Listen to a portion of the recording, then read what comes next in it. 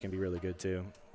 All right, all these players are coming together. And I mean, we already seen, I mean, just because you're a quote-unquote pickup team does not mean that you can't meld well. But the issue here is, once again, making sure that you can communicate with your team. Yeah. And that is a skill that you can generate on your own, so you can communicate well with anybody, but you just, you know, got to cultivate it. We'll see if Hungry4Waffles has that. Yeah, if you play a lot of pickup scrims, you'll be able to play a lot of play with a lot of pickup teams for tournaments. So definitely just hone that skill to play with a team, not just solo queue, because solo queue can be helpful, but it's not true. It doesn't really teach you teamwork that well. No, solo queue unfortunately gives you booyah, ouch, this way. Yeah, yeah. Like that's mainly all your communication, which is cool. I should say, 'cause I want to say this. I feel like a lot of people don't use ouch and booyah or this way, etc. enough on solo queue, just so an idea of saying, hey, there's somebody here, or hey, let's move forward. I mean, those call outs are essential, but I feel like a lot of people just kind of ignore them.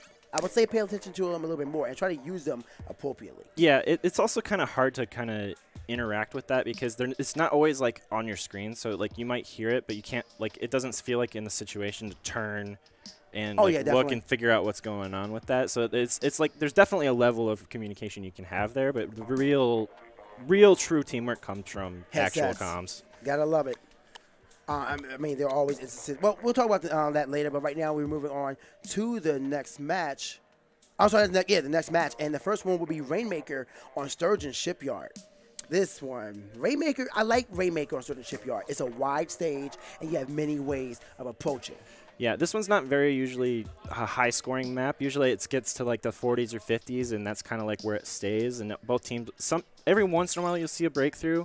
But most of the time it'll be around 40 to 50, and kind of the team that gets the first push is usually in like a huge advantage because it's very easy to defend if you're focusing on it. Yes. What is it? You have the left block that a lot of people like to use to take the upway. Again, facing your opponent's base. They take the block on the left from the center, and they'll jump over the ledge and start walking up over either the walkway or right over the bridge if the bridge is down. Those are options. And then you have the option on the right side, which allows you to, it's very direct, but, I mean, it's very wide open so you can see where everybody's coming from. Yeah, the right basically is a little slower to push, but it's a little easier to do it.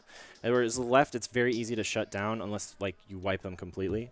So, yeah. It'll be interesting to see the decision making going into this, especially from quantuM, who's basically practiced probably a lot more than Hungry4Waffles as a team, at least. So, we'll see how it goes. So, looking at it right now, well, we don't quite have everybody in the lobby yet. It looks like AC's trying to troubleshoot a little bit. Trying to figure out whether or not they're having issues with the network. I mean, something's going on. We got 3 of them on their cell phones. Probably texting for a little tech help. Maybe AC just wanted to hang out with them. I'm down with hanging out. Yeah. Hey, guys, so before we begin, hey, so what's your gear looking like? Like, your squids are kind of fresh. Yeah. I'm about it. Yo, I see your blue kicks. Yo, where'd you get them? And can we get into them rank match so I can kind of order them from you? See what merch can do for me. Or maybe he's like, this isn't fresh enough. The TO is going to say no. Oh, there was a freshness level required to be on stream. Yep, they're just not cool enough. I can see. I've actually had friends who have gone out of their way to get the perfect gear that not only fits their needs, but visually it's a clean set. I mean, I had somebody who had like these all blue boots. I can't remember the exact name, but all blue boots, a black shirt, and a blue and black hat. And I'm like, how are you so fresh? How would you do that? I want you to know that inspired me. Yeah. I will get to that freshness level. Yeah, gotta up that freshness game, especially as these Splatoon lands, man. Yeah, I mean, we see somebody rocking that Splatoon gear. Yep. 2 of them, actually. I recently bought some myself. I love the Splatoon gear. I would love more. Is that actually the bandana from the game, or is that just like some random skull bandana? I'm actually not aware. I can't really tell from the side. Yeah, it's hard to tell from here. He is rocking the hat, though, and then man up front on his cell phone has the shirt. Takaroka Mesh and Imperi. I think it's just the normal Imperi logo, but yep. So looking at it, I think we did finally get everybody into the game. Yep, we're looking at trying to start this up now. Sturgeon Shipyard, obviously, Rainmaker. As we said, it's very hard to push left, but it can be very quick for points if the enemy team is wiped. So I think what we'll see a lot of is things like Stingray, because Stingray can definitely assist that stuff on the left. Right. And probably long-range weapons in general. So I wouldn't be surprised to see a heavy from either team or something like a jet maybe. Heavy Splatling. Yeah, heavy Splatling. Okay. Yep, heavy Splatling or custom jet sculpture. Both Stingray weapons with really good range and good support potential. So, and they also both do very well on this map. We'll see how this goes, but I'm excited to see these teams starting to ready up, ready to go. quantuM and Hungry for Waffles. I mean, hey, the sooner y'all win this game, the sooner y'all can get y'all waffles. Yeah. That's the motivation. I'm getting waffles in the morning. I'm totally doing it. My man. Yep. I mean, pancakes for me, personally. I mean, I had some like French toast that Hitzel took from the hotel this morning. Yes, that was delicious. Yeah, that was my breakfast. I got like 4 hours of sleep after setting up last night, so I was very appreciative of that. Look at how focused Hungry for Waffles are. Like, you see a little bit of laughter and talking from quantuM, and Hungry for Waffles just like, that hunger's getting to me. Not just for waffles, but for this victory. We're ready to go. But They got some game faces on, right? Like, Very. especially this guy on the right here. He's ready to go. Very stoic. Yep. Probably thinking to everything. All right, we're on Rainmaker, so I know how to go. He's making. Excuse me. He's making a plan, and AC is probably just memeing right now. I have a feeling we'll see probably either a roller. Also, AC likes to go undercover Brella. He's probably one of the few people that I find is like loves it like a ton. Not a lot of people like the undercover Brella, but I definitely think it can succeed, especially if you go something like special charge so that you can have your splashdown pretty much constantly. And it's also pretty good at being aggressive as long as your teammates are there to support you. All right, so here we go. Finally starting up, quantuM, Hungry for Waffles. That Rainmaker sitting in the middle. And once again, this is one of those maps that is just amazing. A huge center, a huge pit, and a huge third stage on each side of the map. And look, I love how they launch the bombs up. And immediately we get a KO by the every dualies. And we're at even now, 3-3. The blaster going over the ledge, trying to shark a little bit. As the blue team, quantuM, gets their ink on that shield. I think that was actually a direct there, but the armor saved him. Oh, yeah, the law gets cut down, and now QM is going to make a push here. All right, here we go. The ink jet forcing them away, so they can't do anything. He's trying to stop him. Ooh, all right, that was a trade. That was a worth a trade for Dimitri there. Definitely worth. And right now, Pro of quantuM is starting to take that Rainmaker. Does get it over the leap for a 67-point push. Needs to go a little further, but Zoroto, I believe the name is looking pretty nasty over there, making sure they don't feel so comfortable over there. And still just attacking everybody. Does go down to the Ink Storm, but that was worth it. Yeah, that was definitely worth it. It keeps the pressure up, and obviously getting the first push always puts the pressure on the enemy. And it's a lot easier, especially in Rainmaker, it's a lot easier to defend than it is to push in most cases, unless you get a wipe. So now it's all the energy is on Hungry for Waffles to kind of get in and get a special push going. Yeah, that was unfortunate. I like what Hitzel was doing. He almost took out the Forge Pro. I'm sorry, the NZAP. Even after the armor, but unfortunately he rolled right into that suction bomb. He had no idea it was there, and that took out 2 of his teammates. Yeah, I think that's actually somebody borrowing Hitzel's switch, because Hitzel played actually, I think, in the first pool. So I wonder who it is that's actually using that. Oh, that's interesting information. Okay. Dimitri, the Law, AC. I forgot who the fourth was, but yeah, I think Hitzel let somebody borrow his switch. Notice how AC is using that NZAP, amazing for covering turf to just make a path for his team, and now it's pulling back. He has his missiles, and there we go.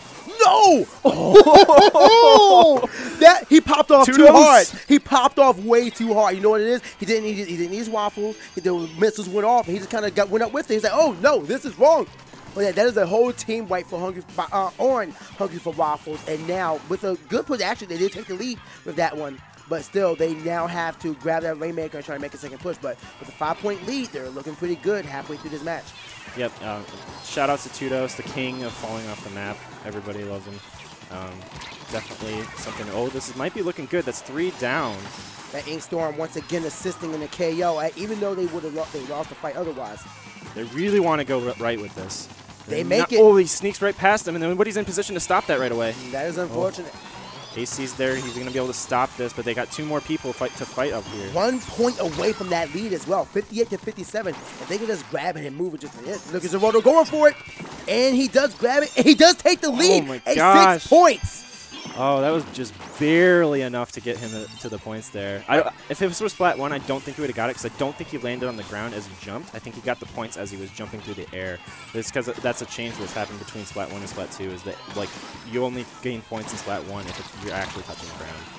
Well, shout out to them, that aerial mobility counting towards the point. And right now, Pro is popping off like it's some 10 missiles himself, getting the 3 KOs, and now grabbing the Rainmaker with the deficit of 3-1. They're starting to push it for his team, but he can't get up that ledge. And the Rainmaker does take out a sea of Hungry4Waffles, but unfortunately, he does go down himself and not able to continue that push for his team. Gons right now. Keeping up the pressure, man. And now they got 4 people ready to push this on the right side. They're definitely going to get some really good points here. Oh, he gets caught from behind, not expecting that. Who was that? Hits? Well, whoever Hitzel's the man currently known as Hitzel, yep. Does get the KO on him before he's able to push any further. But still, a 47-57 push, not too much. However, with a minute left on the clock, they got to work, and they got to work now and hard. Yeah, and it's definitely really hard to push off of that just because they killed them so early before they started moving the Rainmaker that they can't actually get anywhere like really deep. So Zero's going to sit here and he's going to try and stay alive, but I don't know what he can do. Yeah, he worked hard right there. He was trying to shark a little bit, but the burst bomb was doing, not allowing him to camp over the ledge. And now the Law is now looking pretty good, using the sponge to get into the enemy base, trying to hold them back. As he's going to get flanked from the side, but does have his escape route option. As a matter of fact, we don't talk about that enough. Whenever you get into a firefight, the first thing you need to think of is, if things go wrong, how am I getting out of there? Oh, I didn't even notice that. You're right. That was a quick push. Man, that was just out of nowhere. They basically, somebody was in mid, and they killed 2 of them, so nobody was in position to stop that Rainmaker, and he just ran right through it. GM Orty now holding the Rainmaker, trying to push it back for his team. They have a lot of work to do, see what they can do, but they do have a good amount of center. Hitzel and the Law are all camping in their pit, trying to make sure they'll make a push. They need to figure out how they're going to do this, because I can't tell how many seconds are on the 38 seconds on the Rainmaker, and they have 1 second left into official time. So now they have 35 seconds to make a proper play without holding themselves back, as the Inkstorm is pushing their way as it gets away. But the missiles are everywhere. Oh. That was unfortunate, and that is one of the main reasons why Tenta missiles are amazing. There was everybody in that one area where they were pushing, which is proper play. But when the missiles came out and he was already in the pit, he had very little options of where to go. I mean, his best option was probably to jump off the ledge, but in overtime, that's not an option. Yeah, like they picked it up really late. They only had, I think when he first picked it up, they had about 20 seconds left on the game clock. Right. So they couldn't die, no matter what they did. So they were playing that super, super slow. But what that does is that gives the enemy specials. Because whenever the enemy's holding the Rainmaker, you're getting special charge the entire time. So those missiles came as soon as they tried to make their move, and it was just checkmate. I feel bad. There was like 8, 10, 12 missiles right there around him. Like, what do you do? What would you do if you're sitting there with the Rainmaker? I got my range. I just put the controller and you hear the pop off. Yeah. What do you do? Just cry. Yeah, basically. Start holding it, get your bucket cap, and start playing for the next match. That was rough. Good play by them, though, on both teams. Yep. Like, they were definitely, they made a push, and then it went the other way, and then it went back the other way. quantuM and Hungry4Waffles showing that they're hungry for that win, but quantuM bringing in that power to come through. That was very good. So looking at it now, we're going into tower control and Snapper Canal. I'm sorry, Hungry4Waffles coming through. Yeah, Hungry4Waffles coming through. quantuM, I think, might have a little easier time with this one just because this one takes a lot more... Basically, it takes an aggression to get past that first checkpoint, or, like get through that first checkpoint. And you doing that with the comp that Hungry4Waffles is running is going to be a lot more difficult, I think. Right. They're going to have to either change up their game completely, I think, or, you know, quantum's really going to put it to them. Yeah, all tournament long, tower control Snapper Canal has proven to be volatile. Like, it's either highly contested between both teams, or in the case of Sakai earlier, they just kind of run it. Yep. And all because there are so many points in Snapper Canal power control that you can cut your enemy all off. You have the block in the center. You have your own point when they're coming towards the second checkpoint. It's all just how you're going to position yourself. Yeah, that first bend where it kind of like goes towards the enemy base and then it kind of backs off. Yes. Getting past that is the hardest part of tower control on this map. Once you get past that, it's pretty much easy to get to the second checkpoint and kind of like start pushing for the third, and then like finally, like the final stretch is just like a grind fest. It's insane. Because they're spawning so quickly. Oh, the Law having great view of who's swimming to the ink, not letting anybody feel good, and using the explosions from the blaster to really get around that ledge. Not let you have no safe quarter. Everything the ink touches is my kingdom. Yeah, that armor saved that guy too. He was right hiding behind there. Took like 3 hits, I think, from the Law, and just was perfect with the armor and kept him alive. Oh, look at Zerono over there. What is he doing? Ooh, he got it. It worked it. Zavoto looking real good, and now is hunting Hitzel right now. Well, the man formerly currently known as Hitzel, hunting him right now, using that burst. Oh, he's going to get away. No, he's not going to get caught by the auto bomb, but Hitzel. Oh, yeah. Get beat out in the chat for the squid who was just caught. Yeah. That's unfortunate. He tried to squid back. I assume he ran out of ink. And I think he was trying to jump back, but he like missed the button combo. So no, he was going, squidding. but you know, there's a time between the jump, and he got caught before his own shot. But Gon's letting him know and pushing off. His team, quantuM, is starting to take the lead now, 75 to 80 points, and Duty is shut down right there, but is able to get past the second checkpoint. Currently 3-2 in squid faded. That was a crucial 1v1 for Orty to win. AC was in a pretty good position to stop this if he got that kill, but Orty clutched it out, and now they're going to be able to like pressure this second checkpoint. These bubbles coming out, sitting right there on the shield to take some shots, and Orty going right back. Oh! The armor saved him. He used the force and no, you shall go back. But yeah, there's a buff or a nerf, a change, we'll say, to the armor where any excess damage will force you back. And, you know, we just saw that in action. But Orty's still looking great right now. When you're able to secure this tower back with his team, he knows he's going below. Orty right now getting splats on splats. Back to back. What do you think about that, DJ? Orty is like, I am not happy with that last game. Let me show you how good we are. Oh, and here comes the bubbles. You're going to turn around. Yes, he is going to put it right there. Not allowing him to surround. Those bubbles coming in clutch. But that one point where he was not able to cover was his undoing. Yep. He just got surrounded from two sides. That actually would have been super great, but the enemy behind was the one that clutched that out. Now Hitzel's able to slip that back and make it go a little bit towards the enemy base, but Zero's still keeping this pressure up. He takes out the Law as well, and now I think if somebody gets on tower, they're going to be able to keep this going. Right now, Zavoto is going right into the base, showing absolutely no fear. I like how he's had the wherewithal to put one burst bomb right in that wall just in case he needs an escape option. I'm going to get up to this ledge. I'm going to get on out. Yeah. He definitely put up some good aggression there. I think he a little bit overcommitted there, but I think it was still the right idea. What I like seeing right here is that little wall right where the tower's at, where people will use that, ink it, and use it to get up the tower and just surprise them from the other side. Hopefully we can see that from a couple of players. As AC is going up to the enemy perch. How did he sneak through there? He sneaks through there, gets a huge kill, and now they're going to be able to keep this pressure up again because he gets two of them, and now he can pressure the base again. Yeah, he just needs to heal himself a little bit and using his burst bombs to give himself more places to be able to move quickly through enemy territory. And once again, it's being overly aggressive. That splash down, though, getting a KO on the Law, and now it's going up to the perch, still showing absolute no respect for his opponent and their turf. Oh, my God. All right, that was still very exciting. Even though it went down, that was exciting from a commentary standpoint. As quantuM continues to push the tower and is currently at 27 and pushing. What he just did right there is what he wanted to do the time before, but it didn't quite work out that way. And that time he did it, and that was super cool. I mean, hopefully, that's the second time he did it, so it may be something that the player it just loves to do. And that's another buff that Tip the Missiles got recently that I love. When you activate the missile and you're using your reticle, you can still start swimming in the ink to give yourself mobility. It's so useful. Yeah, it definitely makes more sense now because you can pop it before you move back to cast it in a safe position and start calling out to your teammates immediately. Exactly. It gives you a lot more options than just say, hey, this is where I'm at, this is where they at, and Law right now understanding his place on the team, covering their points, making sure they can't just get there quickly. Oh, watch out for the suction bomb. They're playing a little too passive. They're kind of just letting QM do what what behind! they want. Oh, man, that flank from Zero again is doing enough right now. I saw that in slow motion. It's just like, behind you. Oh, Gerota once again just being disgusting with his aggression, unfortunately paying for his aggression and also getting caught by AC and the NZAP 89 of Hungry4Waffles as they continue pushing forward. AC showing the same aggression. Okay, and also going down the same way.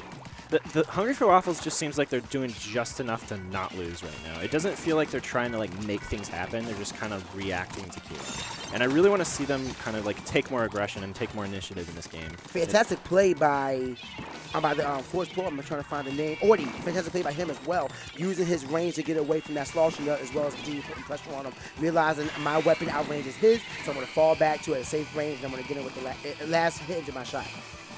Zero again got into the base, caused enough of a distraction that they can keep this tower up, but the Stingray is going to shoot it back, but they really need to get on the tower for overtime. They're on it, but right now it's 4-3. Bubbles. In favor. Those bubbles are stopping. Orty is contesting, is able to get the KO, and even though we have AC jumping to the tower, not going to be enough. quantuM winning that one. I cannot believe those bubbles didn't kill that guy on tower. I thought they were almost completely surrounding it. I didn't think there was a way they could survive.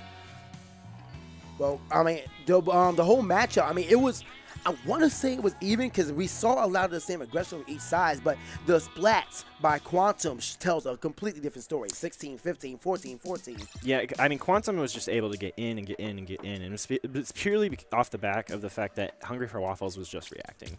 They need to take some initiative in this next game if they really want to take this set into their control. Right, Zeroto, I mean, that splatter shot, he was doing everything perfectly. Kept going into their pit right off of their spawn point, putting the burst bomb on the wall. That way he has an escape option, which is very smart. I was saying it in the beginning, in the middle of the last game, towards the end, you want to make sure before you get really aggressive that you have your escape option.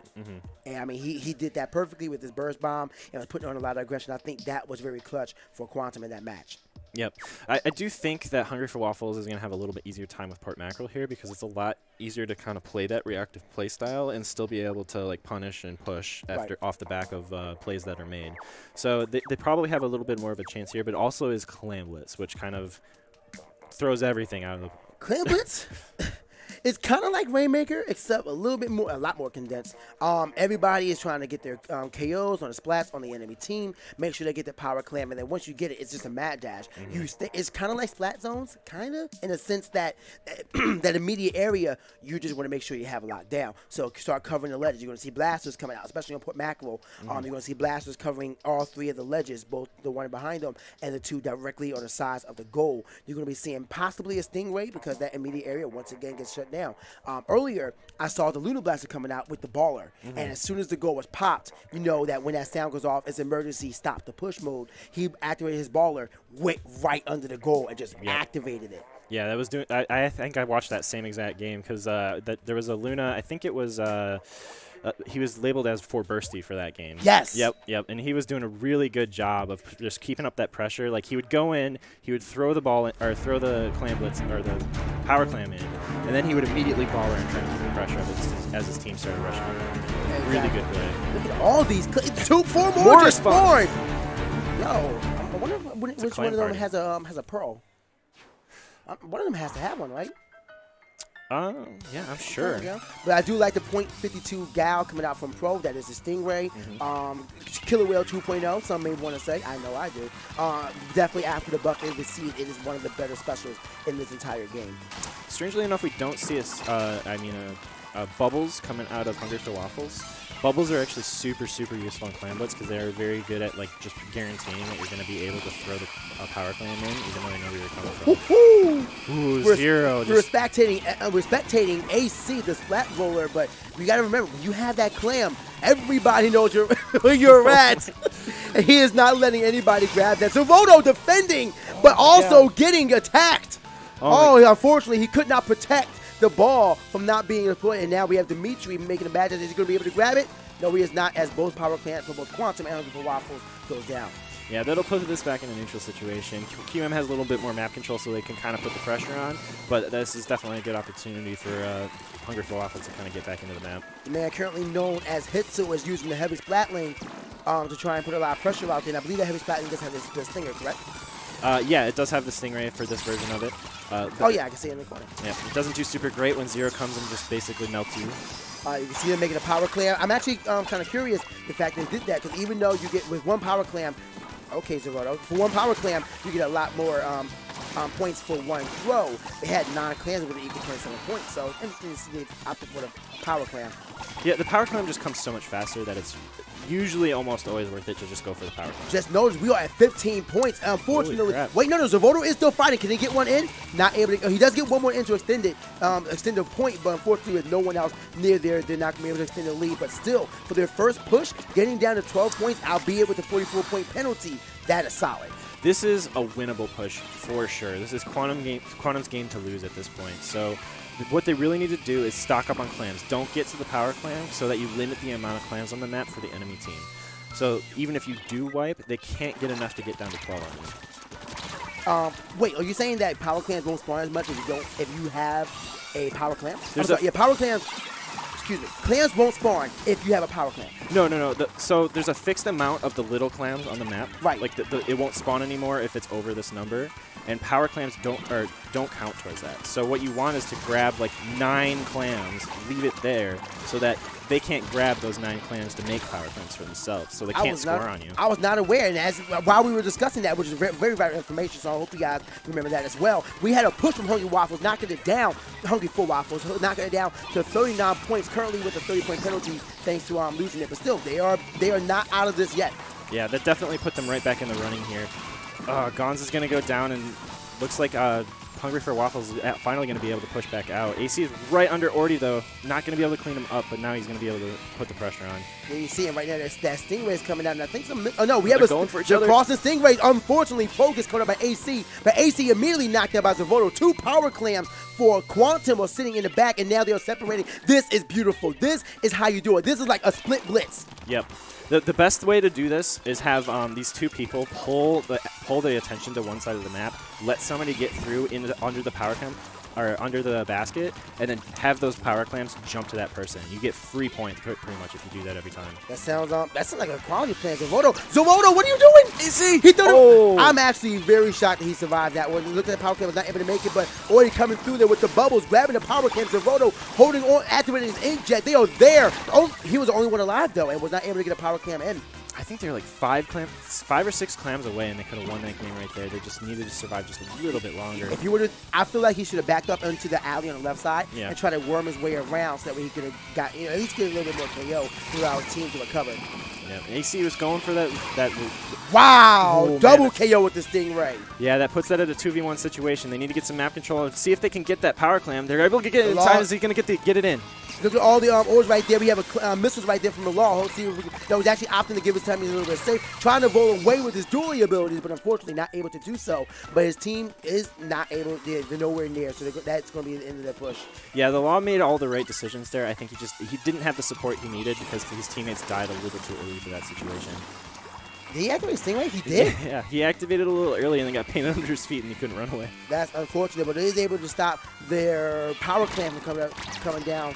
And now we have Gonz fighting off in a fight while their power clam does go. quantuM opens it. They need 1 power clam or about, what is that, 5 clams? 5 or 6? Yeah, I think that's 6 clams. Oh, wait a minute. Oh, the power clam will just do it. Not only that, but they had 2 seconds left on the entire match. I didn't even notice that. So in that scenario, that was basically them. Congrats to quantuM, but you know what? Hungry4Waffles, they did not go down without a fight. That was back and forth, especially after quantuM getting that very good first push. They didn't give up. Yeah, they definitely showed some sign of life. I think that was kind of off the back of the aggression they were able to put up with AC's curling bombs, because he was able to constantly just get in and kind of make stuff happen, and then the others would clean up if he died. I think the weakness of that situation is I think they should have gone with a heavy deco or a Forge Pro there so they can get the bubbles in and cause a little more chaos as they're trying to score. I think that's basically what the difference made between those 2 teams, whereas one team had the bubbles and the other didn't. You're absolutely right. Those bubbles do provide a significant amount of cover while you're throwing your clams, because I mean the clams aren't ink. They don't get stopped by it.